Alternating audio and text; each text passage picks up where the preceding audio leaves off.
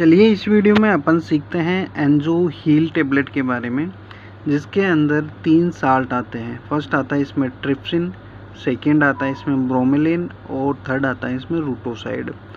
देखिए इसमें ट्रिप्सिन जो होता है वो कोई भी इंजरी होती है तो उसमें जो डेड सेल्स होती है उस डेड सेल्स को क्या है ब्रेक डाउन करता है, और जो हीलिंग की जो प्रोसेस होती है ना, जैसे कोई घाव हो गया या कोई इंजरी हो गई तो उसमें जो हीलिंग की प्रोसेस होता है वो उसको हेल्प करता है, मतलब उसको कोई भी बाउंड को या किसी भी घाव को हील करने के लिए ये हेल्प करता है।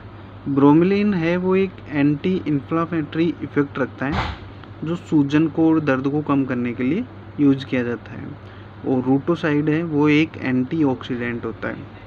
ठीक है, तो ओवरऑल अगर अपन इस टेबलेट की बात करें तो ये जो 15 टेबलेट की स्ट्रिप में जो एंजो हील आती है इसका यूज़ किया जाता है दर्द को कम करने के लिए, इन्फ्लामेशन को कम करने के लिए, और जैसे कोई घाव हो गया, कोई इंजरी हो गई तो उसको हील करने के लिए इसका यूज़ किया जाता है। ठीक है, तो इस टेबलेट का यूज़ किया जाता है दर्द, इन्फ्लामेशन और किसी भी घाव को ठीक करने के लिए इसका यूज़ किया जाता है।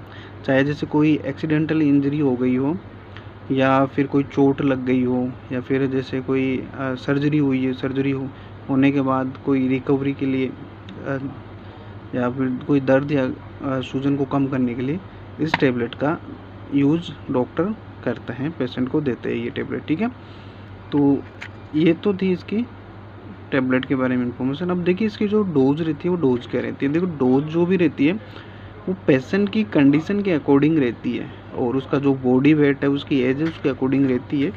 और फिर भी इसकी जो नॉर्मल जो डोज रहती है वो आप खाना खाने के बाद 1 टेबलेट सुबह, 1 टेबलेट शाम को ले सकते हो। कई बार पेशेंट डॉक्टर इसको दिन में 3 बार भी प्रिस्क्राइब करते हैं। ठीक है, इसके अलावा अगर किसी भी पेशेंट को कोई डॉक्टर ये टेबलेट देता है या फिर आप इस टेबलेट का यूज़ कर रहे हो तो कुछ चीज़ों का आप ज़रूर ध्यान रखिए कि अगर इसमें किसी भी साल्ट से कोई एलर्जी है आपको, जैसे ट्रिप्सिन से हो गई, ब्रोमेलिन से हो गई या रूटोसाइड से, तो इस टेबलेट का कंजप्शन नहीं करना है। ठीक है, और फिर भी अगर इसके जैसे कोई साइड इफ़ेक्ट है, नॉर्मल होते हैं, नोजिया, वोमिटिंग, जो भी कॉमन साइड इफ़ेक्ट है वो सारे हैं, लेकिन वो कंटिन्यू नहीं रहते हैं, वो 1 या 2 दिन तक रहते हैं, फिर ठीक हो जाते हैं। अगर इसके साइड इफ़ेक्ट लंबे समय तक बने रहते हैं तो फिर आपको डॉक्टर से कंसल्ट लेना चाहिए। इस वीडियो में इतना ही, मिलते हैं किसी और वीडियो में।